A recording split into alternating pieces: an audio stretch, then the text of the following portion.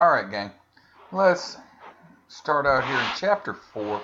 In Chapter 4, we're going to deal with managing disks and file systems.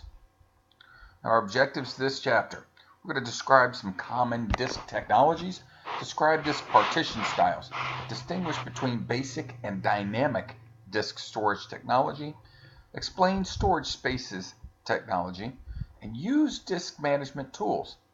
We're going to prepare and manage physical disks. We're going to create and manage virtual hard disks, VHDs.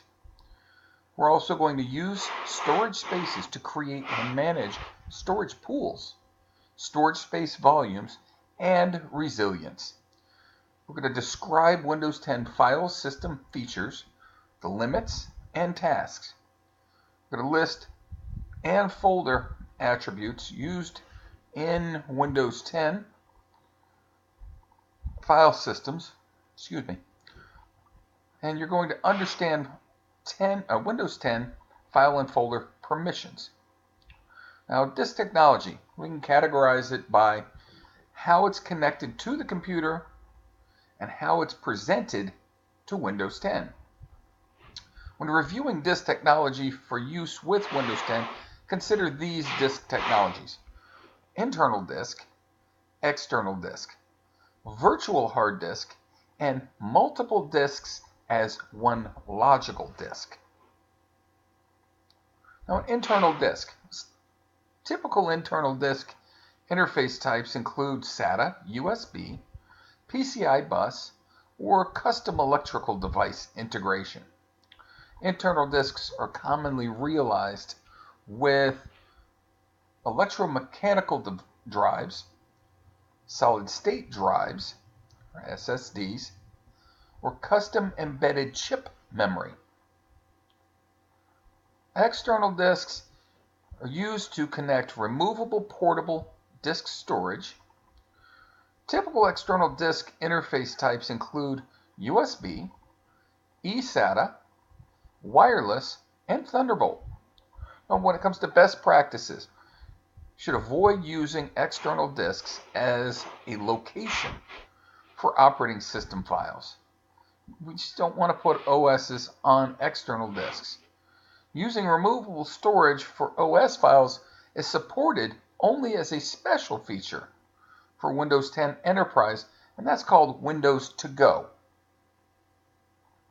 Now, a virtual hard disk in Windows 10, natively, we support virtual hard disk operations.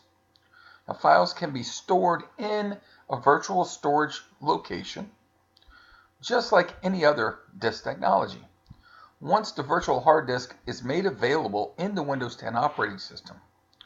Now, all file data that's stored in a virtual hard disk is actually stored in a single file on the file system of a real disk drive. All versions of Windows 10 support virtual hard disk operations. Now, multiple disks as one logical disk. Now, the logical disks, it appears to the Windows 10 operating system as if it's one disk drive. Windows 10 can combine multiple disks as one logical disk using software built into the operating system. Windows 10 supports storage spaces, and it can combine multiple disks as one logical disk using technology similar to RAID, but it's more enhanced than RAID. Now, Windows 10, when it comes to partitions, it can organize data on disk drives using one of several partition styles. When a blank disk is first configured for use by Windows, one of these styles must be selected. It needs to be either a master boot record, MBR, or a GUID partition table. We've got to have one of those styles. When it comes to the MBR, master boot record, that's BIOS firmware. It initializes the computer. The computer must find and load the operating system. The master boot record defines where the BIOS examines the disk to determine where blocks of data are stored on the disk. and the types of data that are in those blocks or the partitions. Now, the master boot record disk technology is limited to organizing partitions on a single logical drive up to 2 terabytes. You can't have it any larger than 2 terabytes. Now, when it comes to GUID partition table, GPT, it's Unified Extensible Firmware Interface, UEFI. Now, it's a replacement for BIOS. UEFI defines the GUID partition table as a replacement for the master boot record disk partitioning. The GUID partition table is a replacement for the MBR specifications. It supports disks larger than 2 terabytes. Only computers that start from UEFI can boot from a disk using the GPT partition style. Now, we've got different types of disks. Empty space on the drive can be organized using 3 different methods in Windows 10. We've got basic disk storage, dynamic disk storage, and storage spaces. Let's talk about the 3. Basic disk. It's a hard disk initialized to use basic storage technology. It's what we're all used to. All versions of Windows support MBR-style basic disk storage. Basic disks can have its space organized into 1 or more defined areas of storage called partitions. And we've been partitioning for years. Partitions identified by size and type of the data that it holds. Partition information is stored in a table on the disk that is part of the MBR or GPT specifications. Now, when it comes to dynamic disks, disks using either MBR or GPT can be dynamic. Dynamic disk storage provides the flexibility to logically organize disk space across 1 or more disk drives. Now, on dynamic disks, blocks of space are called volumes. Now, the use of dynamic disks is not recommended today. Most disk recovery utilities were never updated to work with dynamic disks. Now, storage spaces is something that we're seeing more and more frequently. It was something that was introduced in Windows Server 2012. It's an inexpensive way to combine or pool storage of multiple physical disk drives. It can also provide fault tolerance with data redundancy across multiple disks.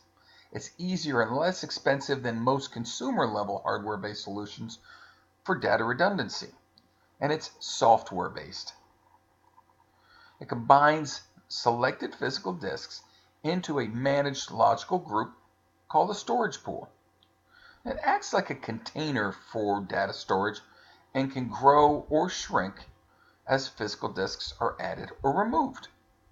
Storage pool presents users with a virtualized representation of a disk capable of storing files. Before virtual storage space is available, at least one storage pool must be created. Now, a storage pool, it's identifying 1 or more physical disks that should be assigned to the pool. Once disks are assigned to a storage pool, storage spaces has access to the disks. There can be more than one storage pool on a computer. A disk can only be assigned to a single storage pool, though. Storage spaces can work with a wide variety of disks at the same time. Disks can be removed from a storage pool if the remaining disks in the pool can store the information that was on the disk being removed. As long as there's room on the other disks, you can remove that disk. During removal, the disk has its data moved to the remaining disks. If there's not enough space in the pool, the disk will fail to be removed from the pool. Now, when it comes to storage space is space you allocate for or from the storage pool. Storage spaces technology. This allows for the over-allocation of storage spaces created from storage pools. that the storage pool uses or is used to create a 900 gigabyte volume, and it only has a 500 gigabyte of physical disk space available, Windows 10 will complete write operations without an issue as long as there's free space. As space gets low, Windows will warn users delete other data in the pool or save less data to the pool. If one physical disk member fails, the storage space volumes created from the pool may fail or survive depending on how the volume was configured for resiliency.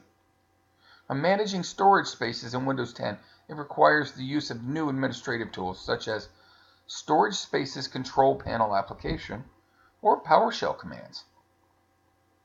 When it comes to disk management tools, Windows 10, we've got tools Disk Management and DiskPart. Now, disk management. We've got the Disk Management Console. It's an MMC console snap-in. It's part of the computer management utility. It provides a GUI. It allows a member of the administrators group to observe and make changes to the computer's disk configuration. It allows changes to be made interactively, and it usually takes effect immediately without having to restart. Now, here's what it looks like. Now, DiskPart. DiskPart is a command line tool. It's not a GUI. It allows disk and volume operations to be performed, but it's from a text-based screen interactively or from a scripted file. Now, operations are driven by a sequence of commands. Each command has object to focus its action on. The commands can execute as part of a scheduled task, as an automated response on the local computer or remotely from another computer. Now, here's what it looks like, and as I said, that's just in a command prompt. Now, managing physical disk, major activities for proper disk administration are installing or moving disks and preparing hard disks. Installing or moving disks, a brand new drive is typically not initialized by Windows. It requires preparation by Windows. A basic disk can be moved from one computer to another and will remain a basic disk. Dynamic disk database stores the name of the computer to which the dynamic disk belongs. When a dynamic disk is moved to a different computer, the computer identification in the database must be changed.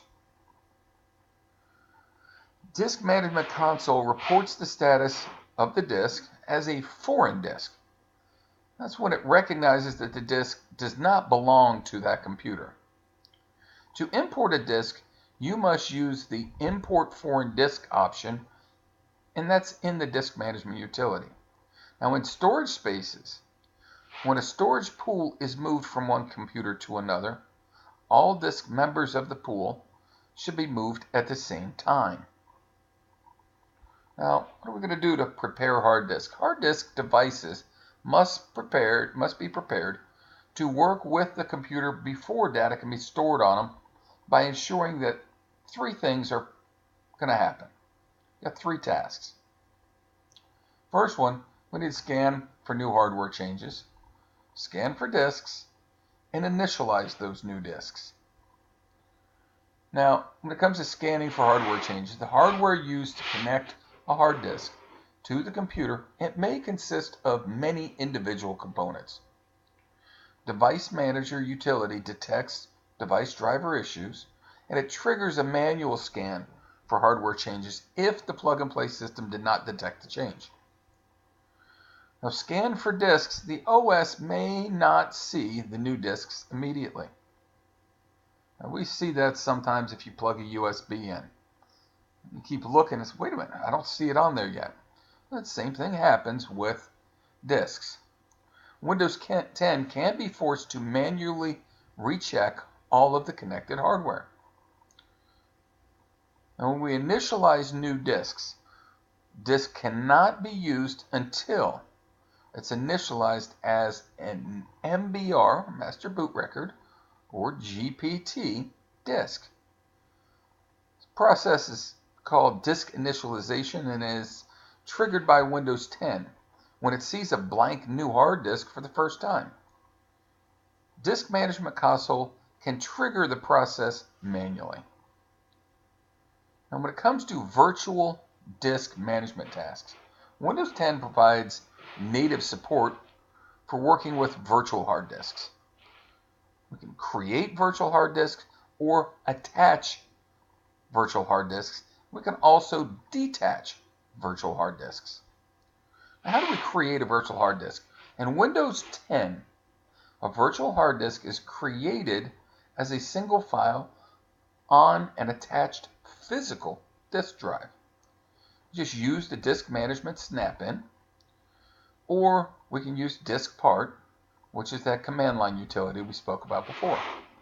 And then we'll create the virtual hard disk, but we've got to specify location, the virtual hard disk size, the format, and the type. Now, when it comes to attaching and detaching, a virtual hard disk must be attached or mounted to be available to the OS, or to the user for that matter. Now, all versions of Windows 10 can attach an existing virtual hard disk file. Use the disk management snap-in or DiskPart command line utility. The only time a virtual hard disk automatically mounts as a computer starts, there's a special case where Windows 10 is configured to boot from a virtual hard disk file. Virtual hard disk must be detached or dismounted to make it unavailable to the OS and the user. All versions of Windows 10 support the ability to detach an existing virtual hard drive file. And you use the disk management snap-in or DiskPart command utility to detach. So we've got the two options. And when it comes to managing storage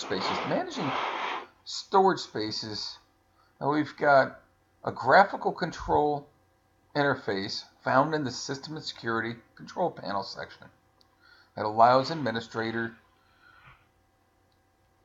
the ability to create and manage storage pools as well as storage spaces. That allows changes to be made interactively and take effect immediately without having to restart. Once disks are added to a storage pool, they must be managed within the Manage Storage Spaces view.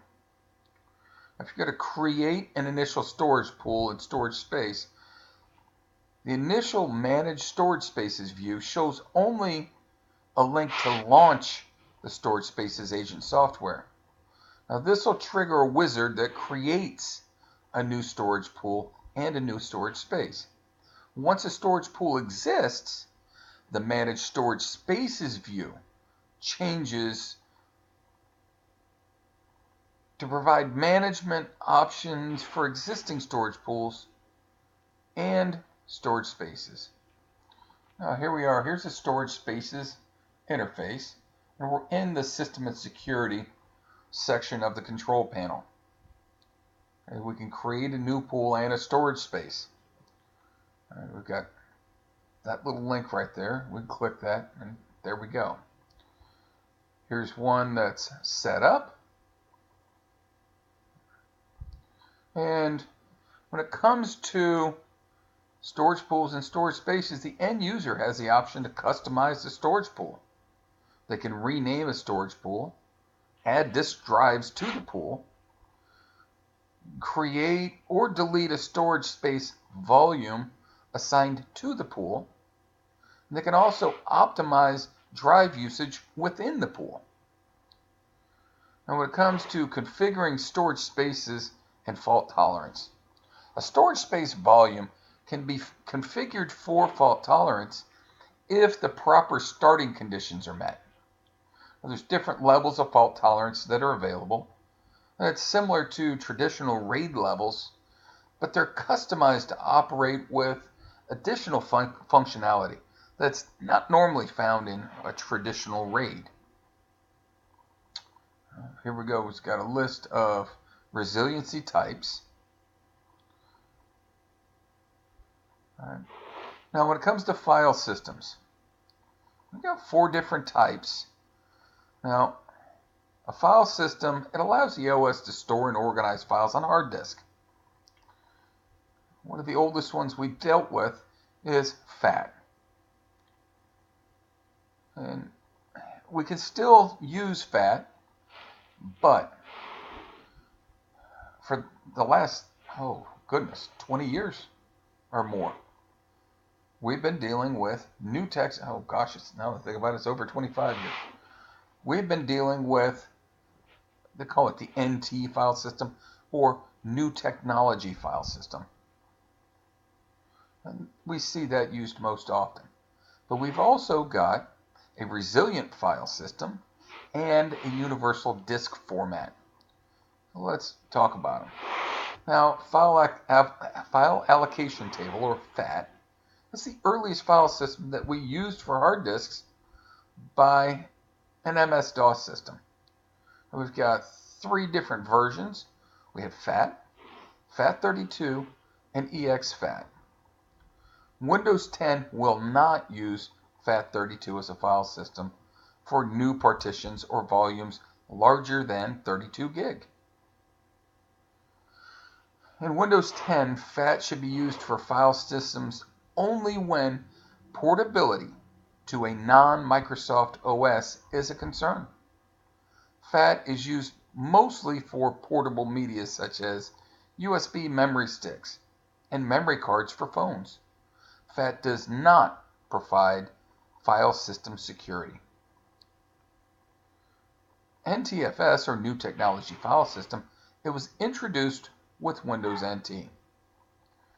It stores files and folders similarly to FAT, but the difference is in how the data is secured. It's reliably managed and allowed to grow. So we can set permissions on files and folders in a way that we couldn't do in FAT. And here we go through and we can talk about NTFS. You can always go read up on NTFS. We've got disk quotas, shrinkable extendable, and symbolic links. Now in NTFS, we've got disk quotas. And the disk quotas, the amount of space used by a user that can be limited. We can set using the disk management console or the FSUtil command line, and we can go in and determine how much space somebody can be allowed. Now, storage space is expensive. Over the years, the cost of it has technically gone down, because at one point, I couldn't imagine what it would cost to own a terabyte of storage. And now I've got a terabyte thumb drive. So, with that said, we've got the ability to control how much storage an individual can have. And we can do that using disk quotas. As users approach their limits, they get a warning. The Quota Entries button on the Quota tab opens a Quota Entries window where user-specific limits can be defined that override the default system. And we go in here and set whatever the limit. We see how much they've used, and we go set whatever their limit's going to be. And NTFS, we've got volume mount points. We allow an empty folder in an NTFS formatted file, or file system, to point to another partition or volume in the local computer. It's created with the disk management console, and different mount points can point to the same target, partition, or volume. These are symbolic links, and they point to a file or folder located somewhere other than that folder. Now, symbolic links, it's a hard link that can only point to a file on the same partition or volume as the hard link object. It's a duplicate directory entry that points to the contents of the target file. A junction point points to folders only. The path to the target folder must be specified using an absolute path. Now, when it comes to Resilient File System, REFS, it's a newer file system that offers a subset of NTFS features and several new enhancements. It's designed to verify and autocorrect data faults on the volume without having to bring the volume down for maintenance. It cannot be used to format the system boot volume, however. Some NTFS features have been removed, such as file and folder compression, disk quotas, and EFS. The last one we'll talk about is Universal Disk Format. Now, UDF is developed as a standard to allow file interchange between different operating systems. It's ideal for storing files on portable CD-ROM and DVD media. At the same time, we've got limits when it comes to storage space on those media types. Windows 10 supports both reading and writing of files to the UDF file system. Now, file system tasks. Common file system changes are changing the assigned drive letter or converting the installed file system. It's not something that we do often. They are the most common file system changes, but it's not saying that's something that we do all the time. All right, to change drive letters, they're used by applications and users as a quick reference to locate files. Now, I can change the drive letter or assign a new one to any partition or volume using the Disk Management Console. A single drive letter can only be assigned to one partition or volume. Now, you can remove drive letters from a partition or volume as well. Now, when it comes to converting file systems, there are steps that you can take to convert REFS or NTFS to FAT. You back up the data on the partition, reformat the partition with FAT32, and then restore the data originally backed up from NTFS over to it. Now, steps to convert from FAT to NTFS, you back up the data on the partition, ensure free space remains on the partition, and you convert partition using convert command line utility. So it's not as easy. Now, the convert command line utility has a syntax of convert the drive ID /FS:/NTFS. Converting a partition requires that the convert utility runs with full administrative access to the local computer. Now, there's attributes for file and folders. FAT, REFS, and NTF file systems use attributes to describe general information about a file or a folder. Now, to see general attributes of a file or folder, you view the properties of the item in File Explorer. The General tab displays basic attributes. Now we can see the location, the size on the disk, when it was created, when it was modified, when it was accessed, and we can go and look at advanced and see more information if we wanted to. Now, advanced attributes, once we go in there, we can choose settings that we want for the folder. File attributes, compress or encrypt attributes, confirm any attribute changes, and then we go. Now, when it comes to attribute flags, they control some aspects of how the operating system interacts with the object. Now, there's read only. The flag will block changes to the contents of the file. It's used to indicate that the folder is a system folder and should be treated differently. Now, archive is set by OS when a file or folder changes.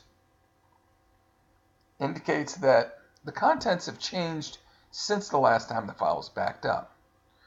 We've got two more options. Hidden, that's set by the user or the OS to hide folders or files from the user. Sometimes we'll see system folders like that, or critical things that are very sensitive. Now, system, that's set by the OS for specific folders and files. There's compress, it's only supported on volumes and partitions that are formatted with NTFS. When a file is moved from its current location to a new location in the same NTFS partition, the attributes don't change. When copying compressed files, compress attribute on the file becomes the same as the target folder's compress attribute setting. Now, attribute flags, we've got encrypt. Now, encrypt is only supported on volumes and partitions formatted with NTFS. The folder or file that's set to be encrypted cannot be compressed. The folder that's set to be encrypted is not encrypted itself. Only users with valid digital security keys can decrypt and access an encrypted file's contents. Encrypted file will remain encrypted unless the encrypt attribute is disabled or the file is saved to a volume that does not support encrypt. Now there's access control lists, ACL. It's a collection of access control entries. It identifies a specific security identifier, that is, who can perform a given action to a file or a folder. To what? Now it's used to specify what a group or a user is allowed to do with a file or folder. Access control lists are supported by Windows 10 for the NTFS file system.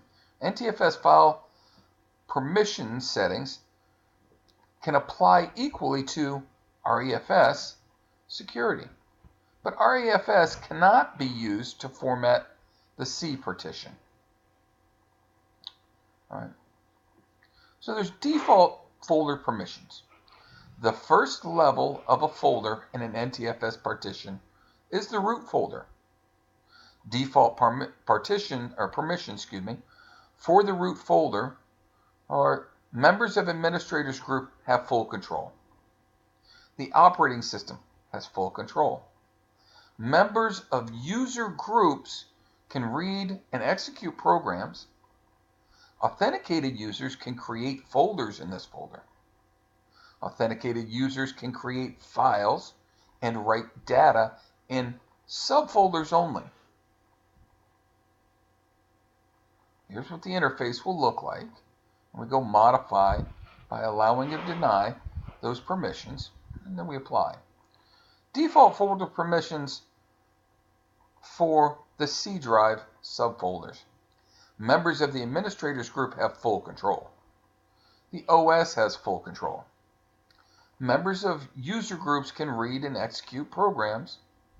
Authenticated users can create, modify, and delete files and folders in this folder and its subfolders. Additional folders and files inherit the permissions from the parent. Now, inheritance allows a permission setting to propagate to lower folders. So if I set the folder with new permissions or settings, the subfolders within it will inherit those same settings of permissions. NTFS permissions are assigned using two formats: NTFS standard permissions and individual NTFS permissions. Here we can talk about standard ones: write, read, list folder contents, read and execute, modify, full control, and special permissions. Individual permissions, and we can go right on down the line and pick which ones are which. All right. Now, the permission scope. Now, that determines what other objects are impacted by the assigned permission. For files, the scope is limited to this object only. The scope for folders include the folder only, the folder, subfolder, and files, the folder and subfolders, this folder and files, subfolder and files only, subfolders only, and files only. Effective permissions, it's items that impact calculating permissions. Permissions can be inherited or directly assigned. Each permission has a scope that determines what range of objects it applies to. Permissions can be allowed or denied. Permissions can be applied to groups, and any member of that group receives those permissions. Users can be members in multiple groups that have different permissions to the same object. Owners of a file or folder have full control of that object. And here we can go and see what's what when it comes to advanced security settings for current ADS. So we can see the permissions. And when it comes to ownership, each NTFS file or folder has an owner. The owner of a file or folder always has the ability to assign permissions to that file or folder. Members of the administrators group have the right, by default, to assign or take ownership of a file or folder. Users with the full control standard, that permission, or individual NTFS permission, take ownership. They can also assume ownership of a file. If you got full control, you can do whatever you want to. You can take ownership of it. Now, permission changes when content is copied or moved. If you copy operations, always create new versions of the content that's being copied. New versions will inherit the permission settings of the target location. Move operations affect permissions differently. So copy, they inherit the permissions of where it's going. But when you move, depending on the destination location relative to the source location, source and target locations on the same volume, no changes. Source and target locations on different volumes, it's just like a copy operation. Now, we've got some strategic considerations when it comes to permissions. Assigning and managing file permissions is seldom required for a computer running Windows 10. Administrators have full access to the entire system. Users have full access to their own profiles. Users do not have access to profiles of other users or the ability to modify system files. Those are administrative permissions. When we look back at this whole chapter, now this was one of the most comprehensive ones we've dealt with already. In Windows 10, it supports MBR and GPT partition styles that use basic and dynamic disk technology to organize data into partitions and volumes on physical disks. Initial disk management activities include preparing new disks for use and moving disks. Virtual hard disks are natively supported by Windows 10 and can be managed as basic disks once the VHD is attached in the OS. Given an NTFS formatted source location, a copy operation will create content in a destination location. NTFS and REFS share a security model, as REFS appears to the user as a subset of NTS functionality. And there we go. We're done with chapter